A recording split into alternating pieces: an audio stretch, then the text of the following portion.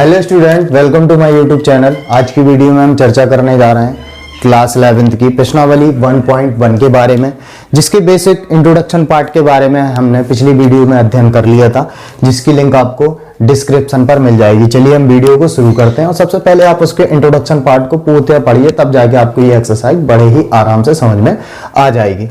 जैसे कि आप देख रहे होंगे, सबसे पहला प्रश्न लिखा हुआ है, निम्नलिखित में से कौन से समुच्चय हैं, अपने उत्तर का औचित्य बताइए। तो कल के जो हमने आपको इंट्रोडक्शन पार्ट बताए थे, तो उस इंट्रोडक्शन पार्ट में हमने आपको क्लियरली बताया था, अगर कोई भी संग्रह जो होता है पूर्णतः परिभाषित होता है तो उसको हम क्या कहते हैं, समुच्चय। और यदि उसका आंसर सभी के अकॉर्डिंग सेम होता है उसको हम क्या कहते हैं, समुच्चय कहते हैं। ठीक है, सबसे पहला हम देखेंगे जे अक्षर से प्रारंभ होने वाले वर्ष के सभी महीनों का संग्रह। ठीक है, अब आप ध्यान दीजिए, यहां पर जे अक्षर से जो प्रारंभ होने वाले वर्ष के सभी महीने, एक तो होता है जनवरी, एक होता है जनवरी, एक होता है जून और एक होता है जुलाई। कौन कौन सा होता है? एक होता है जनवरी, एक होता है जून और एक होता है जुलाई। तो जे अक्षर से प्रारंभ होने वाले वर्ष के सभी महीनों का संग्रह, तो जे अक्षर से प्रारंभ होने वाले जनवरी, जून और जुलाई, जो सभी के अकॉर्डिंग सेम आंसर दिया जाएगा, इसलिए हम बोल सकते हैं समुच्चय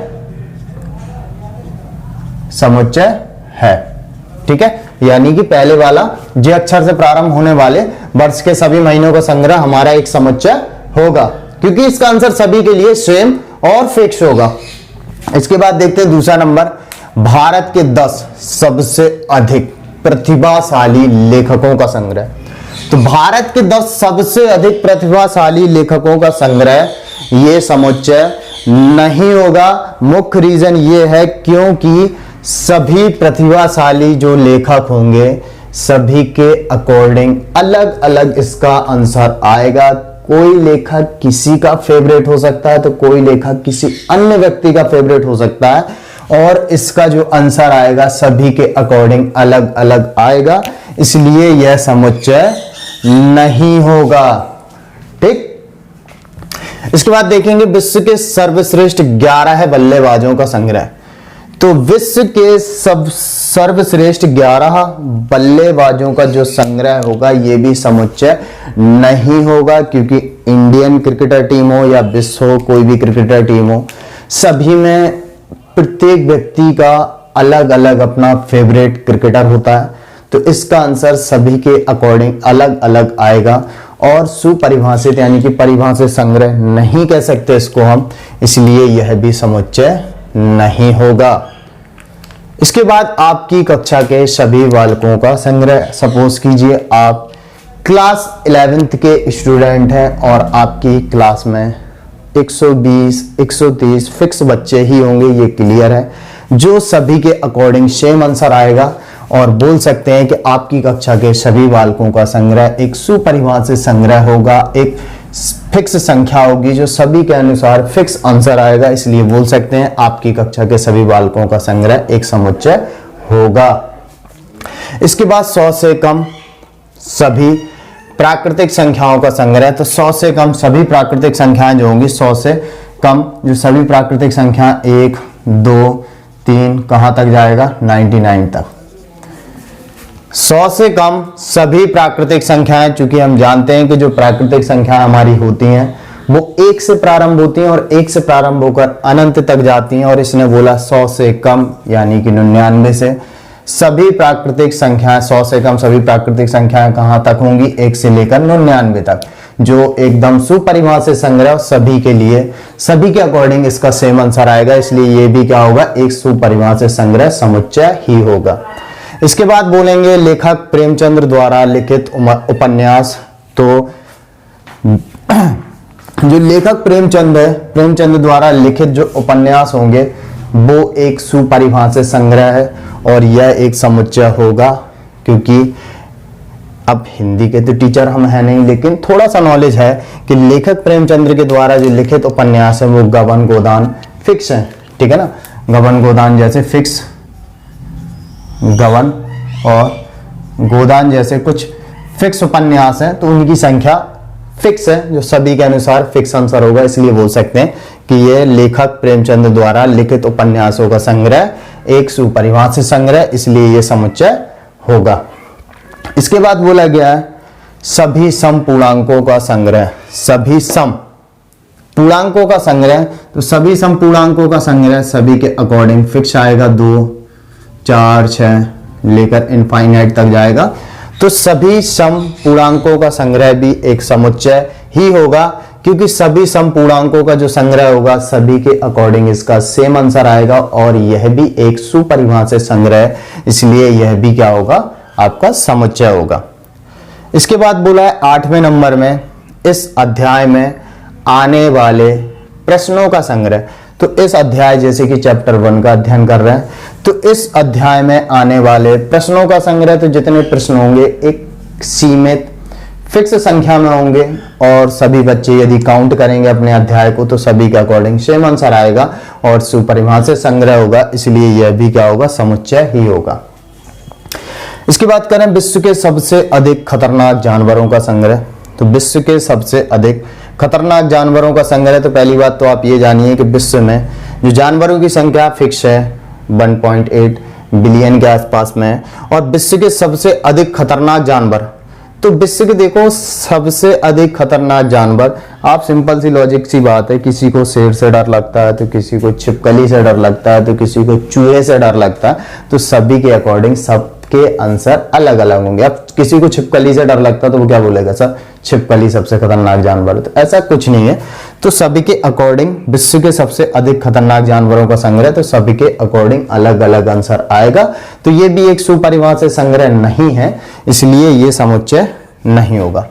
तो आपका पहला वाला समुच्चय है, चौथा समुच्चय होगा, 5वां भी समुच्चय होगा, 6वां भी समुच्चय होगा, 7वां भी समुच्चय होगा, 8वां भी समुच्चय होगा, 9वां समुच्चय नहीं होगा, ना ही दूसरा समुच्चय होगा, ना तीसरा समुच्चय होगा। जो समुच्चय है उसमें राइट का टिक कर दिया हमने, और जो समुच्चय नहीं है उसमें रॉन्ग का टिक कर दिया। ठीक, क्लियर।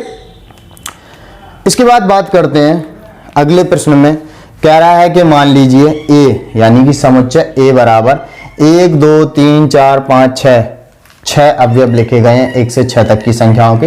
रिक्त स्थानों पर उपयुक्त प्रतीक बिलोंग्स टू अथवा डज नॉट बिलोंग्स टू भरिए, जिसके बारे में भी हमने आपको बताया था। बिलोंग्स टू का मतलब यदि इस समुच्चय में कोई अवयव है तो उसके लिए बिलोंग्स टू का चिन्ह आएगा, और वह अवयव अगर इस समुच्चय में नहीं है तो डज नॉट बिलोंग्स टू का चिन्ह आएगा।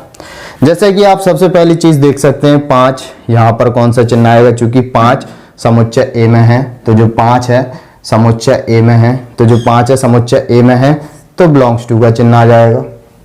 इसके बाद बात करेंगे 8 समुच्चय ए में है, नहीं है, तो डज नॉट बिलोंग्स टू आ जाएगा। इसके बाद देखेंगे 0, तो समुच्चय ए में तो है नहीं है, तो यहां पर भी डज नॉट बिलोंग्स टू आ जाएगा। ठीक है, और अब चौथे नंबर को देखेंगे 4, जो कि समुच्चय ए में है, तो बिलोंग्स टू का चिन्ह आ जाएगा। अब इसके बाद देखेंगे 2, जो कि समुच्चय ए में है, तो ये भी बिलोंग्स टू का चिन्ह आ जाएगा। अब इसके बाद देखेंगे 10, जो कि समुच्चय ए में नहीं है, तो डज नॉट बिलोंग्स टू का चिन्ह आ जाएगा। ठीक है, यदि कोई अवयव उस समुच्चय में है तो बिलोंग्स टू का चिन्ह, और यदि नहीं है तो डज नॉट बिलोंग्स टू का चिन्ह आ जाएगा। एकदम इजी है। ठीक है, इसके बाद तीसरे नंबर में कह रहा है निम्नलिखित समुच्चयों को रोस्टर रूप में लिखिए। जैसा कि कल हमने आपको बताया था कि समुच्चय की जो विधियां होती हैं हल करने की, रोस्टर या सारणीबद्ध रूप बोलते हैं, और समुच्चय निर्माण रूप। तो यहां पर लिखा है निम्नलिखित समुच्चयों को रोस्टर रूप में लिखना है। तो ये जो समुच्चय हमारे पास दिए गए हैं, पहला, दूसरा, तीसरा, चौथा, 5वां, 6वां, ठीक है, ये हमारे समुच्चय निर्माण रूप में दिए गए हैं। इसको हमें रोस्टर रूप में बदलना है, तो रोस्टर रूप हम इसी के आगे लिखते हैं। यहां पर देखेंगे समुच्चय ए में x कॉलन x एक पूर्णांक है। ठीक है, पूर्णांक, और यहां पर कंडीशन दी है जो x है ग्रेटर देन -3, यानी कि जो x है -3 से बड़ा है, और x जो है 7 से छोटा है। और जब -3 से बड़ा है तो क्या हो जाएगा, रोस्टर रूप में लिखेंगे। ठीक है, रोस्टर रूप में लिखना है। तो -3 से x का मान क्या बड़ा, तो -3 से बड़ा -2, -1, 0, 1, 2, 3, 4, 5 और 6। क्यों? x का मान -3 से बड़ा, ठीक है, और 7 से छोटा यानी 6 तक, यानी कि रोस्टर रूप में आंसर ये हो गया। ठीक है, बात क्लियर। इसके बाद कह रहा है b बराबर दिया है x कॉलन x संख्या 6 से कम एक प्राकृतिक संख्या है, यानी कि x कॉलन x संख्या 6 से कम एक प्राकृतिक संख्या है, यानी कि यहां पर जो x है वो 6 से कम एक प्राकृतिक संख्या है। और 6 से कम प्राकृतिक संख्या का मतलब है कि अगर इसको लिखेंगे प्राकृतिक संख्या 1 से स्टार्ट होती है तो 1 2 3 4 और 5, क्योंकि प्राकृतिक संख्या हमारी कहां से स्टार्ट होती है? 1 से, और प्राकृतिक संख्या 6 से कम है तो 1 से लेकर 5 तक। इसके बाद सी नंबर में कह रहा है x कॉलन x 2 अंकों की ऐसी प्राकृतिक संख्या, x कॉलन x 2 अंकों की ऐसी प्राकृतिक संख्या जिसके अंकों का योगफल 8 है। ठीक है, 2 अंकों की ऐसी प्राकृतिक संख्या बतानी जिसके अंकों का योगफल कितना है? 8 है। तो सबसे पहली चीज हम लिखेंगे 1,7, ठीक है, 1,7 यानी कि 17। पहली क्या आ जाएगी? 17, जिसके अंकों का योग 8। 17 के बाद आ जाएगा 26, ठीक है, और 26 के बाद आ जाएगा 35, और 35 के बाद आ जाएगा 44, 44 के बाद आ जाएगा 53, और 53 के बाद आ जाएगा 62, और 62 के बाद आ जाएगा 71। तो 2 अंकों की जो ऐसी संख्याएं हैं जिनके अंकों का योग देखिए 8 है, 1 और 7 8, 2 और 6 8, 3 और 5 8, 4 और 4 8, 5 3 8, 6 2 8, 7 और 1 8। तो ये ऐसी 2 अंकों की संख्याएं हैं जिनके अंकों का योगफल कितना है? 8। तो ये 3 नंबर तक के हल कर लिए। इसके बाद देखते हैं हम चौथे नंबर को। चौथे नंबर का सॉल्यूशन हम यहां पर लिख लेते हैं, ठीक है, चौथे नंबर का सॉल्यूशन यहां पर लिख लेते हैं। तो चौथे नंबर पे क्या कह रहा है? d बराबर x कॉलन x एक अभाज्य संख्या है जो 60 की भाजक है। भाजक मतलब 60 से भाग देते हैं, भाजक मतलब भाग देने वाली, ठीक है। तो अभाज्य संख्याएं, ऐसी अभाज्य संख्याएं बतानी है जो 60 को विभाजित कर दें, यानी भाजक मतलब विभाजित करने वाली। भाजक क्या होता है? जिससे भाग देते हैं, ठीक है ना। x कॉलन x एक अभाज्य संख्या है जो 60 की भाजक है। अभाज्य संख्या जैसे कि 2 है, 60 को काट देगा, और अभाज्य संख्या 3 60 को काट देगा, अभाज्य संख्या, ठीक है। 5 60 को काट देगा, अभाज्य संख्या। इसके अलावा कोई ऐसी संख्या आई थिंक है नहीं है, ना 6 ना 7 ना 8 9 10 11, यानी कि 2 3 और 5 ऐसी अभाज्य संख्याएं हैं जो 60 की भाजक है, यानी कि इनसे 60 में भाग देने पर भाग कट जाता है। 5वें नंबर का अगर सॉल्यूशन देखते हैं, 5वें नंबर का सॉल्यूशन देखते हैं, तो 5वें नंबर पे क्या कह रहा है? ट्रिग्नोमेट्री शब्द के सभी अक्षरों का समुच्चय। तो देखिए, जो भी कोई भी हमारे पास मीनिंग दी जाती है, उस मीनिंग को हमें समुच्चय रूप यानी कि रोस्टर रूप में यदि लिखना है, तो उसको लिखने के लिए हम सारे अल्फाबेट्स को उठाते हैं, लेकिन प्रत्येक अल्फाबेट को सिर्फ एक बार लिखना है। यदि कोई अल्फाबेट 2 3 4 कितने भी बार आता, उसको हमें रिपीट नहीं करना, सिर्फ एक बार यूज करना है। तो क्या करेंगे? ट्रिग्नोमेट्री का T, R, I, G, O, N, ठीक है। अब O नहीं यूज करेंगे क्योंकि एक बार आ चुका है। N, M, फिर E, फिर T यूज कर चुके हैं, R भी यूज कर चुके हैं, और Y। देखिए, TRIGON, अब इस O को यूज नहीं करेंगे क्योंकि O पहले आ चुका है। इसके बाद M, फिर इसके बाद E, फिर इसके बाद T यूज नहीं करेंगे क्योंकि T पहले आ चुका है। इसके बाद R, ना R लिखेंगे क्योंकि R पहले आ चुका है। इसके बाद Y। तो ये हो गया ट्रिग्नोमेट्री के शब्द के सभी अक्षरों का समुच्चय हो गया, ठीक है। इसके बाद छठा नंबर देखेंगे, तो लिखा हुआ बेटर। बेटर के क्या करेंगे, बी लिखेंगे, फिर ई लिखेंगे, फिर टी लिखेंगे, फिर दोबारा टी नहीं लिखेंगे क्योंकि एक बार लिख चुके हैं। अब ना ई लिखेंगे क्योंकि ई एक बार आ चुका, इसके बाद आर लिख देंगे। ये आपके 3 नंबर तक के प्रश्नों का क्या हो गया, सॉल्यूशन हो गया। ठीक है, तो आपको क्लियर आ ही गया होगा समझ में।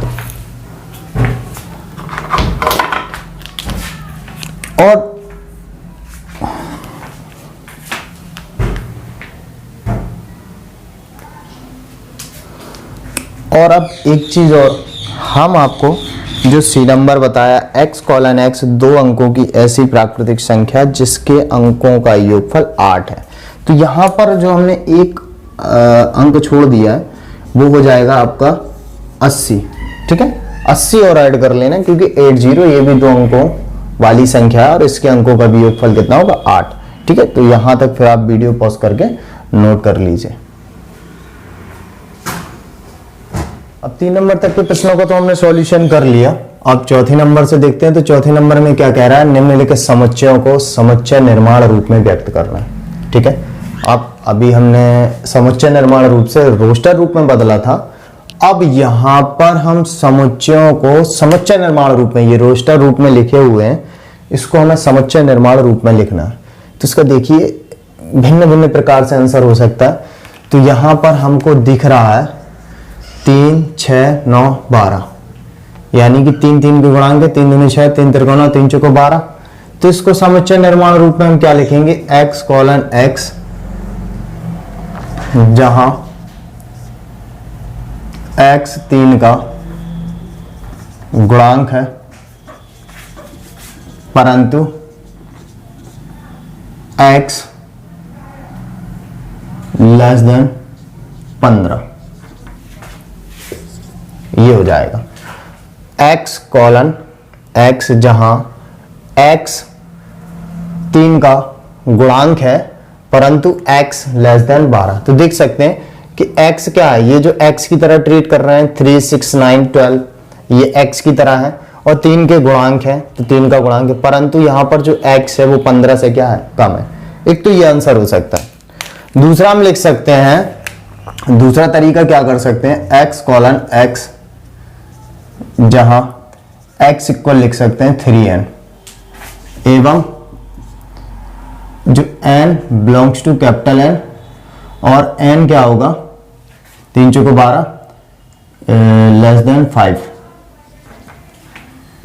ये भी रूप लिख सकते हैं कि x कॉलन x जहां x बराबर कितना 3n।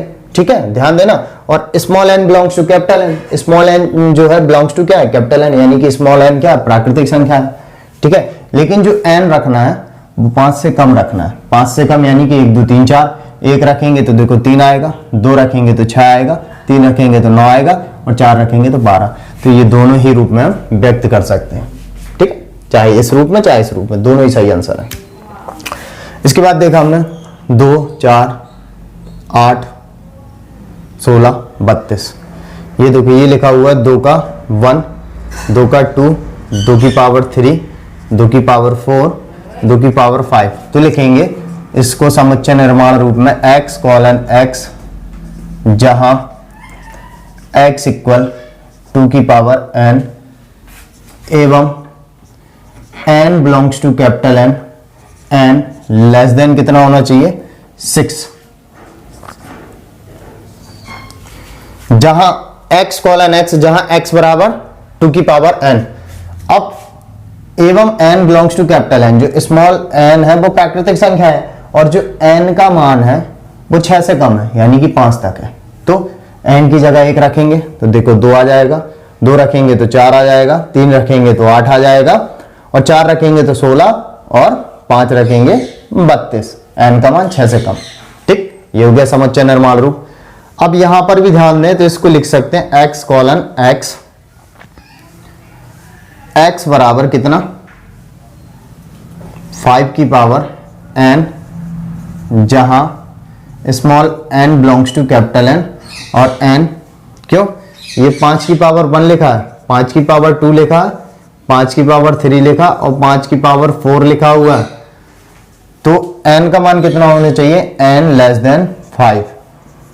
ये x कॉलन x, ठीक है, x कॉलन x बराबर 5n, ठीक है, 5 की पावर n, जहां n belongs to capital n, तो 5 की पावर n, जहां पर जो स्मॉल n है प्राकृतिक संख्या है हमारी, और n का मान 5 से कम रखना। अगर 1 रखते हैं तो 5 आ जाएगा, 2 रखते हैं तो 25 आ जाएगा, 3 रखते हैं तो 125 आ जाएगा, और 4 रखते हैं तो 625 आ जाएगा। ठीक है, एक रिलेशन बना के लिख दी जाती है, लेकिन समुच्चय निर्माण में ध्यान दीजिए x कॉलन x हमेशा लगाया करिए। इसके बाद इसको लिखेंगे 2 4 6, ये तो प्राकृतिक सम संख्या है, तो इसको लिखेंगे x कॉलन x, ठीक है, एक सम संख्या, सम संख्या, ठीक है, x colon x colon x एक सम संख्या या सम प्राकृतिक संख्या, सम प्राकृतिक संख्या, x कॉलन x एक सम प्राकृतिक संख्या, सम प्राकृतिक संख्या यानी पूरी सम संख्याओं का समुच्चय। x कॉलन x एक सम प्राकृतिक संख्या, x कॉलन x तो लगानी है समुच्चय निर्माण रूप में, एक सम प्राकृतिक संख्या यानी कि सभी सम संख्याओं का समुच्चय। अब इसको देखेंगे, ये लिखा हुआ है 1 का स्क्वायर, 2 का स्क्वायर, 3 का स्क्वायर और ये 10 का स्क्वायर, तो लिखेंगे x कॉलन x इक्वल कितना हो जाएगा, या ऐसा लिखा करिए जहां x इक्वल n की पावर 2 एवं n belongs to capital N और n लेस देन 11, ऐसा लिख देंगे। x कॉलन x जहां x बराबर n की पावर 2 है क्योंकि वर्ग के रूप में सारी, एवं n belongs to capital N, जो स्मॉल n है कैपिटल N से यानी कि प्राकृतिक संख्या से संबंध रखता है यानी कि है, और n लेस देन 11, और n का मान 11 से कम है। देखिए अब n की जगह पे 1 रखेंगे, 1 की पावर 2 1 मिल जाएगा, n की जगह 2 रखेंगे, 2 की पावर 2 4 मिल जाएगा, n की जगह 3 रखेंगे, 3 की पावर 2 9 मिल जाएगा, n की जगह 10 रखेंगे, 10 की पावर 2 100 मिल जाएगा। बस n का मान 11 से कम रखना है यानी कि 10 तक ही रखना, 1 से लेकर 10 तक। तो ये पहला, दूसरा, तीसरा, चौथा, 5 का सभी का क्या हो गया, समुच्चय निर्माण रूप। इसके बाद बात हो रही है 5वें नंबर में, तो 5वें नंबर में कह रहा है निम्नलिखित समुच्चयों के सभी अवयवों यानी सदस्यों को सूचीबद्ध कीजिए। सूचीबद्ध या रोस्टर रूप एक ही रूप होता है, सूचीबद्ध या रोस्टर रूप बोले या सारणीबद्ध रूप बोले एक ही रूप होता है। ठीक है, तो लिखा हुआ है x कॉलन x एक विषम प्राकृतिक संख्या, इसको यदि हमें लिखना है सूचीबद्ध रूप में तो x कॉलन x एक विषम प्राकृतिक संख्या, देखिए हमने इसको लिखा था ना x कॉलन x एक सम प्राकृतिक संख्या थी। ठीक है, तो इस रूप में x कॉलन x एक विषम प्राकृतिक संख्या, तो विषम संख्या कहां से स्टार्ट होती, 1 3 5, बस ये हो गया, इसका मतलब है पूरी विषम संख्याओं का समुच्चय। ठीक, इसके बाद बी नंबर को देखें, तो बी नंबर में क्या कह रहा है, x कॉलन x एक पूर्णांक, ठीक है, x कॉलन x एक पूर्णांक, इसको थोड़ा सा मिसिंग हो गया, x कॉलन x एक पूर्णांक, ठीक है, जो पूर्णांक क्या है हमारा -1/2 से क्या बड़ा है और 9/2 से क्या छोटा। अगर हम इसको ध्यान से देखें, यहां पर हम आपको समझा दें, पूर्णांक के लिए हम इस प्रकार से चार्ट बनाएं, ये 0 -1 -2 1 2 3 4 और 5, जो हमारा माइनस का 1/2 आएगा कहीं ना कहीं यहां पर आएगा, और माइनस का 9/4 जो 9/2 आएगा प्लस का वो यहां पर आएगा। ठीक है, 9/2 का मतलब 4.5, तो देखिए 4 के आगे और -1/2, -1 और 0 के बीच, तो x हमारा क्या है, एक पूर्णांक है जो -1/2 से बड़ा है। -1 से 1/2 से बड़ा पूर्णांक कौन सा है, पहले 0 और 9/4 से छोटा है 4, यानी कि बोल सकते हैं 0 1 2 3 और 4, क्या बोल सकते हैं 0 1 2 3 और 4, ये क्या हो गया, -1/2 से बड़ा और 4/2 से छोटा, यानी कि ये आ जाएंगे सारे पूर्णांक 0 1 2 3 4। इसके बाद बात हो रही है कि x कॉलन x एक पूर्णांक है जहां पर जो x का जो वर्ग है वो 4 के बराबर निकलेगा या फिर 4 से छोटा। तो देखिए यहां पर जब हम आंसर लिखेंगे तो ध्यान देना आपको सी -2 -1 0 1 और 2। आप इन सभी का वर्ग करके देखिए, -2 का वर्ग करेंगे 4 के बराबर, -1 का वर्ग 4 से छोटा, 0 का वर्ग 4 से छोटा, 1 का वर्ग 4 से छोटा, 2 का वर्ग 4 के बराबर। तो हमें बताना है कि x कॉलन x एक पूर्णांक है, ठीक है, लेकिन जो x है उसका जो वर्ग है 4 के बराबर या 4 से कम। तो 2 का वर्ग 4 हो गया, -1 का वर्ग कितना हो गया 1, क्योंकि वर्ग करने पे क्या होता है माइनस का चिन्ह खत्म हो जाता है। तो -2 का वर्ग 4 के बराबर, -1 का वर्ग 4 से कम, 0 का वर्ग 4 से कम, 1 का वर्ग 4 से कम और 2 का वर्ग 4 के बराबर। तो इन सभी संख्याएं जो ऐसी पूर्णांक हैं जिनका यदि हम वर्ग करते हैं तो इसके अकॉर्डिंग क्या होता है लाई करते हैं, यानी सत्य होता है। ठीक, इसके बाद बात करते हैं चौथे नंबर की। किसकी? चौथे की। चौथे नंबर पे क्या कह रहा है, x कॉलन x लॉयल शब्द का एक अक्षर। तो ये तो सीधा सा है, क्या करना है LOY A और L, सभी एक ही एक L 2 बार आया, बस L एक बार यूज कर लेंगे बस, और कुछ नहीं है। LOY A, L दोबारा नहीं लेना क्योंकि हमने बताया था कि अवयवों को रिपीट नहीं करना हमें। इसके बाद 5वां नंबर E बराबर x कॉलन x वर्ष का एक ऐसा महीना जिसमें 31 दिन नहीं होते। देखिए ध्यान से देखिए, जनवरी, फरवरी, मार्च, अप्रैल, मई, जून, जुलाई, अगस्त, सितंबर, अक्टूबर, नवंबर, दिसंबर, जो उभरे हुए तल में आते हैं महीने वो 31 दिन के होते हैं। जो उभरे हुए तल में आते हैं वो महीने कितने दिन के होते हैं? 31 दिन के। देखिए जनवरी, फरवरी, मार्च, अप्रैल, मई, जून, जुलाई, अगस्त, सितंबर, अक्टूबर, नवंबर, दिसंबर। तो देखिए जनवरी 31 दिन का होता, हमें क्या बताना, अंग्रेजी वर्ण x कॉलन x एक ऐसा महीना जिसमें 31 दिन नहीं होते। जनवरी के बाद फरवरी, ठीक है, जनवरी, फरवरी, मार्च, अप्रैल, मई, जून। तो पहला कौन सा है? फरवरी, अप्रैल और जून।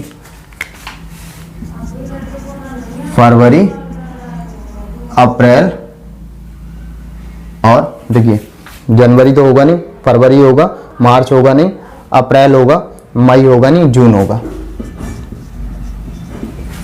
जनवरी होगा नहीं, फरवरी होगा, मार्च होगा नहीं, अप्रैल होगा, मई होगा नहीं, जून होगा, ना जुलाई होगा, ना अगस्त होगा, सितंबर होगा, ठीक है, सितंबर होगा,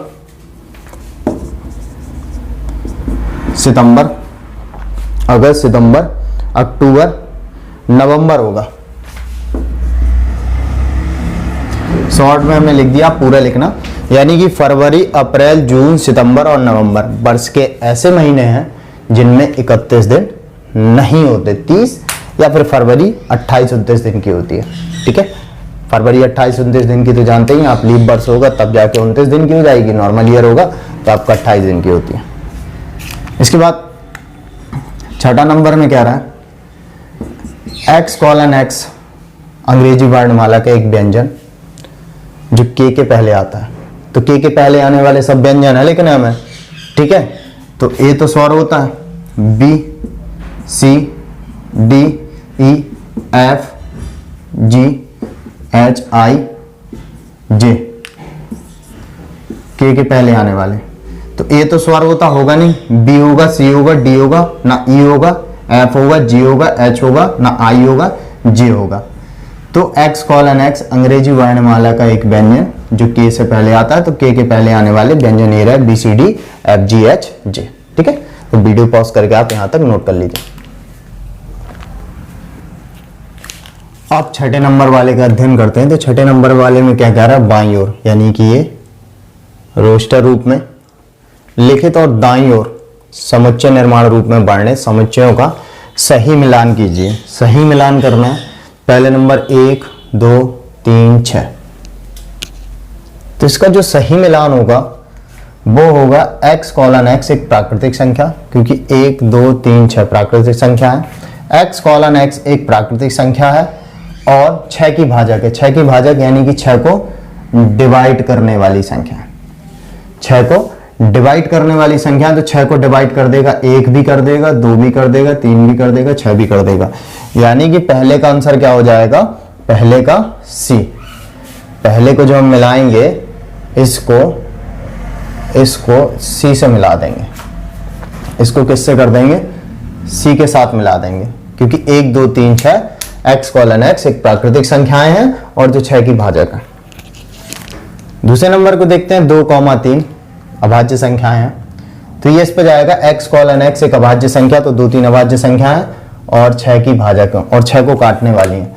2 और 3 ऐसी अभाज्य संख्याएं हैं जो 6 को काट देंगी, तो दूसरे का जो मिलान कर देंगे वो हम पहले वाले से कर देंगे।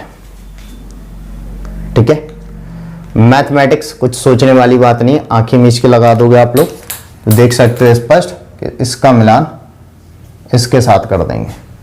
ठीक है, और इसके बाद दिख रहा होगा 1 3 5 7 9, 1 3 5 7 9, तो इसने क्या बोला, ये सभी विषम संख्या है ना, 10 से छोटी विषम संख्या है ना, 1 3 5 7 9, तो x कॉलन x एक प्राकृतिक संख्या है, कौन गया ये, x कॉलन x 10 से कम विषम प्राकृतिक संख्या है। ये क्या विषम संख्या है ना, तो विषम प्राकृतिक संख्या है, तो इसका मिलान किससे कर देंगे जाके, b से। तो जो a को हमने मिलाया, a को c से मिला दिया, जो दूसरे वाले को है हमने a से मिला दिया, और तीसरे वाले को हमने d से मिला दिया, और चौथे वाले को हमने b से मिला दिया। तो ये होगा आपके मिलान। ठीक है, और इसी के साथ में आपकी एक्सरसाइज 1.1 हो गई कि आप फिनिश। ठीक है, तो वीडियो पॉज करके आप नोट कर लीजिए।